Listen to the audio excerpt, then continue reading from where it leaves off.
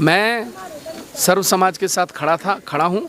आज एक दलित बेटी को न्याय दिलाने की बात है तो भी खड़ा हूँ, और वसीम के बाद किसी नसीम की हत्या ना हो, मैं उसके लिए भी खड़ा हूँ। उमेश कुमार जिंदाबाद। कि आज आप किसी के साथ तुरंत कार्रवाई करके किसी की दुकान मकान गिरा देते हैं। अगर 10 साल बाद वो आदमी निर्दोष साबित हुआ कोर्ट से, तो उसके मकान की भरपाई कौन करेगा? आंखों में आंसू थे चुनाव में कि मैं अपने बेटे का ध्वजवाहक हूँ, वो मेरा खून है, मैं उसके ध्वज को लेकर चल रहा हूँ। झोली फैला रहे थे, आंख में आंसू थे। वो आंख में आंसू वाला वीडियो वसीम के लिए क्यों नहीं आया? अपने बेटे के लिए वोट मांगने के लिए आप आंख में आंसू लाकर मांग कर सकते हैं कि कौम मेरा साथ दे, और जब कौम का वसीम मारा गया तब आपकी आंख में आंसू आए? नहीं आए ना? तब आपका वीडियो क्यों नहीं आया? तो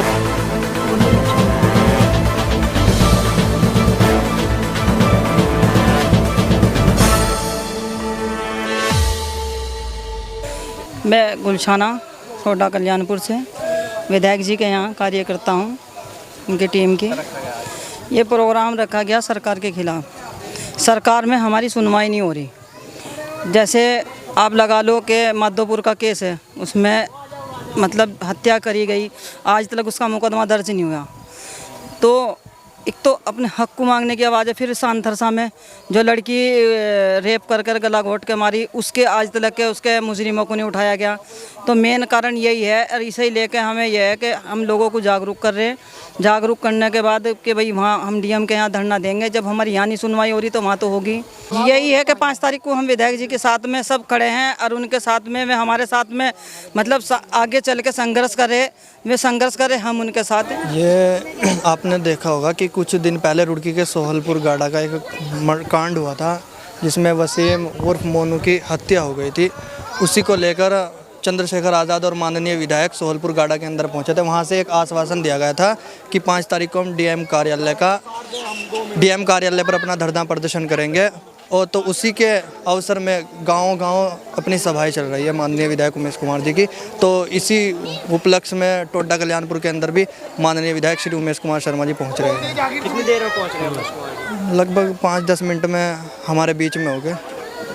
तो ये जो आज की सभा है, इसके मतलब क्या इसका मोटिव है, क्यों रखी गई थी विधायक जी, क्यों बुलाया गया है गाँव में? ये आपको मैंने बताया तो कि जो सोहल वो तो है, लेकिन विधायक जी को बुलाने का मकसद क्या था? ज़्यादा से ज़्यादा विधायक जी जो ज़्यादा से ज़्यादा लोग 5 तारीख को डीएम कार्यालय पहुंच सके। जी। तो क्या लगता है, क्या विधायक जी की अपील करने से गांव के लोग इकट्ठा होकर जाएंगे वहाँ? देखिए, वो तो 5 तारीख का दिन बताएगा आपको। आप देखना वहाँ जाकर, जब आप जाएंगे तो भीड़ बहुत ज़्यादा आपको मिलेगी, बहुत कि हरिद्वार के अंदर एक इतिहास लिखा जाएगा उस दिन। तो यहाँ से आप विधायक जी को कितनी भीड़ लेकर इकट्ठा कर दोगे? वो अभी कुछ देर बाद में जब विधायक जी यहाँ पर पहुँचेंगे, आपको भीड़ का अंदाज़ा हो जाएगा। उससे दुगनी भीड़ हम यहाँ से लेकर जाएंगे। देखिए, जो फिलहाल का माहौल जो चल रहा है, जैसे सोहलपुर गाड़ा हो गया, सांतरसा का केस हो गया, इन चीज़ों को देखते हुए काफ़ी देखो लोगों में रोष है कि लोगों को इंसाफ नहीं मिल पा रहा है। तो उस इंसाफ को लेते हुए क्यों नहीं मिल पा रहा है, क्या कारण रहे? भाई देखो, ये तो सरकार की भैया आज तक मुकदमा भी नहीं दर्ज हो पाया अब तक, आपको पता है। इसी के लिए तो धरना प्रदर्शन है ना 5 तारीख को। उस 5 तारीख को सफल बनाने के लिए छोटी छोटी जो नुक्कड़ सभा की जा रही हैं, हर गांव में की जा रही है माननीय विधायक जी की दोबारा से। तो ये बस उसी के विषय में जो छोटी छोटी सभा हो रही है, ज़्यादा से ज़्यादा 5 तारीख को वहाँ पर लोग बाग पहुँचे और उसके प्रदर्शन को सफल बनाए। तो आपको क्या लगता है कि गांव टोडा कल्याणपुर से कितनी मात्रा में लोग इकट्ठा होकर जाएंगे? देखो भाई, सोएब ने बता दिया था कि जो यहाँ भीड़ होगी उससे दुगनी नहीं बल्कि तिगनी लेके जाएंगे हम यहाँ से। बस उसी के विषय में यहाँ पे आज क्या आप भी 5 तारीख को वहाँ जाने का बिल्कुल जाएंगे। ना जाने का क्या मतलब है? कितने बंदे ले जाएंगे? भाई जितने हो सके ज़्यादा से ज़्यादा लेकर जाएंगे।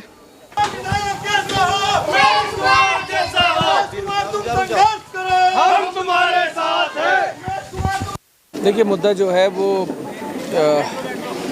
वसीम उर्फ मोनू सोनपुर का जो युवा था जिसकी एक दर्दनाक मौत हो गई, उसके मामले में एसआईटी जांच, और शांतर का जो मामला है जिसमें एक दलित युवती की बलात्कार के बाद हत्या कर दी गई, उस मामले में भी एसआईटी जांच के लिए सरकार से हम लोग जो है मांग कर रहे हैं। इसके लिए मैंने जो है ये कार्यक्रम गांव-गांव जाकर शुरू किया है कि मैं सभी लोगों से गांव-गांव जाकर समर्थन इसके लिए मांग रहा हूं कि 5 अक्टूबर को होने वाली जो एक ऐतिहासिक आंदोलन की जो रैली है, जो हमारा धरना प्रदर्शन है, उसको समर्थन दें और दोनों बच्चों को न्याय दिलवाने का प्रयास किया जाए।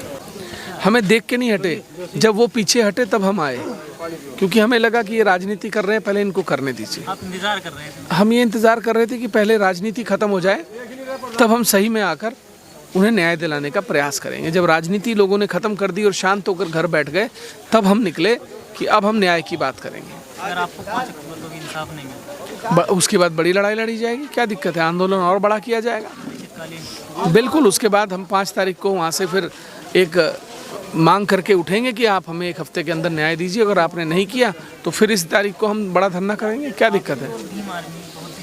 हाँ, नहीं ऐसा नहीं है, आप गलत कह रहे हैं। हम और भीम आर्मी बहुत समय से नहीं लड़ रहे। पहला आंदोलन है हमने जिसकी घोषणा करी है और पहली लड़ाई है, इसके बाद नहीं होगी। हम तो कहते हैं आप SIT जांच करा के दो, हमें जांच कराकर दूध का दूध और पानी का पानी हो, हम फिर उसके बाद तय करेंगे हमें कोर्ट जाना है या हमें कहाँ जाना है। नहीं, अभी ऐसा कोई निर्णय नहीं लिया गया और अभी निकाय चुनाव में हमारी कोई ऐसी नज़र भी नहीं है। वक्त आने पर बहुत सारी चीज़ें सामने आएंगी। राजनीति है, किस और ऊँट बैठता है ये तो समय तय करता है, लेकिन सर्वजन की राजनीति जो भी करेगा, जो सर्व समाज की राजनीति करेगा, हमें उसके साथ खड़े होने में कोई गुरेज नहीं है। देखिए ऐसा है, मेरी विधानसभा में 40% लोग मुसलमान हैं, अमन पसंद लोग हैं मेरे विधानसभा क्षेत्र के, और मुझे एक हिंदू को उन्होंने एक बहुमत के साथ जिताया, निर्दलीय। जो लोग राजनीति करते हैं वो बदनाम करने का प्रयास करते हैं। किसी एक व्यक्ति के खराब होने से पूरी कौम को आप दोषी नहीं ठहरा सकते। किसी एक व्यक्ति के अपराध का काला टीका पूरी कौम को नहीं लगा सकते। आज के दौर में यही हो रहा है कि राजनीति को हिंदू मुस्लिम का चेहरा बनाकर लोग चुनाव जीतने का प्रयास कर रहे हैं। मेरा प्रयास है, मैं सर्व समाज की राजनीति करता हूं और हमेशा करता रहूँगा। अगर मैं हिंदू कन्याओं का विवाह कराता हूं, अनाथ निर्धन का, तो मैं मुस्लिम कन्याओं का निकाह भी उसी पंडाल के नीचे कराता हूं। ये भी इतिहास है, ये भी इतिहास है। आज तक कभी किसी हिंदू विधायक ने इतना बड़ा दिल नहीं दिखाया कि वो एक ही पंडाल के नीचे निकाह भी कराए और विवाह भी कराए। तो मुझे इस बात से कोई गुरेज नहीं है कि अगर कोई ये कहता है कि मुझे आप मुसलमानों के प्रोग्राम में देखते हैं। अगर मैं ईद पर नमाजियों पर फूल डालता हूं तो मैं सावन पर कांवड़ियों पर भी हेलीकॉप्टर से फूल डालता हूं। मेरे मन में कोई भेदभाव नहीं है और मुझ पर किसी भेदभाव की राजनीति की उंगली भी नहीं उठाई जा सकती। जब मैंने सावन में कांवड़ियों पर फूल डाला तो लोगों ने मुझसे कहा तो क्या ईद में नमाजियों पर भी डालेंगे? मैंने कहा वक्त आने पर बताएंगे। हमने ईद पर नमाजियों पर फूल डाले। फिर हमसे लोगों ने सवाल किया कि साहब इस बार सावन में कांवड़ियों पर डालेंगे? मैंने कहा ये हमें तुमसे पूछने या बताने की ज़रूरत नहीं है, हमें क्या करना है हमें मालूम है, हमने किया। तो इसलिए हमें आप कहीं से घेर नहीं सकते, हम पर आप आरोप नहीं लगा सकते हिंदू मुस्लिम की राजनीति का। मैं सर्व समाज के साथ खड़ा हूँ।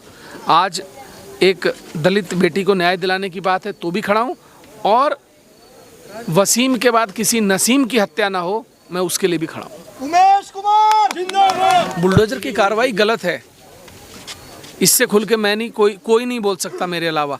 बुलडोजर की कार्रवाई इसलिए गलत है कि आज आप किसी के साथ तुरंत कार्रवाई करके किसी की दुकान मकान गिरा देते हैं। अगर 10 साल बाद वो आदमी निर्दोष साबित हुआ कोर्ट से, तो उसके मकान की भरपाई कौन करेगा? आप, ये देश संविधान से चलेगा, बुलडोजर से नहीं चलेगा। कांग्रेस मुसलमानों का वोट लेती है, लेकिन वोट नहीं, आप लोग साथ दे रहे हैं। देखिए, मैं ये जानना चाहता हूँ, हरीश रावत जी ने एक वीडियो डाला, बड़ा मार्मिक वीडियो था, आंखों में आंसू थे चुनाव में, कि मैं अपने बेटे का ध्वजवाहक हूँ, वो मेरा खून है, मैं उसके ध्वज को लेकर चल रहा हूँ, ये मेरा आखिरी चुनाव है, आप मेरे बेटे को जिता दीजिए। झोली फैला रहे थे, आंख में आंसू थे। वो आंख में आंसू वाला वीडियो वसीम के लिए क्यों नहीं आया? अपने बेटे के लिए वोट मांगने के लिए आप आंख में आंसू लाकर मांग कर सकते हैं कि कौम मेरा साथ दे। और जब कौम का वसीम मारा गया तब आपकी आंख में आंसू आए? नहीं आए ना? तब आपका वीडियो क्यों नहीं आया? ये दोगली राजनीति ये लोग करते आए और करते रहेंगे, सच्चाई है। मुझे भाजपा का एजेंट बताते हैं कि भाजपा को जितवाने आया है। 2014 में किसने जितवाया था? 2019 में किसने जितवाया? और 24 में मेरा टिकट कटवाकर अपने बेटे को टिकट दिलवाकर किसने जितवाया? उमेश कुमार। 5 अक्टूबर का संदेश है कि भारी से भारी संख्या में आप निकल कर आएँ, और अगर आप जिंदा हैं तो जिंदा नजर आना चाहिए, इस बात का एहसास दिलाइए।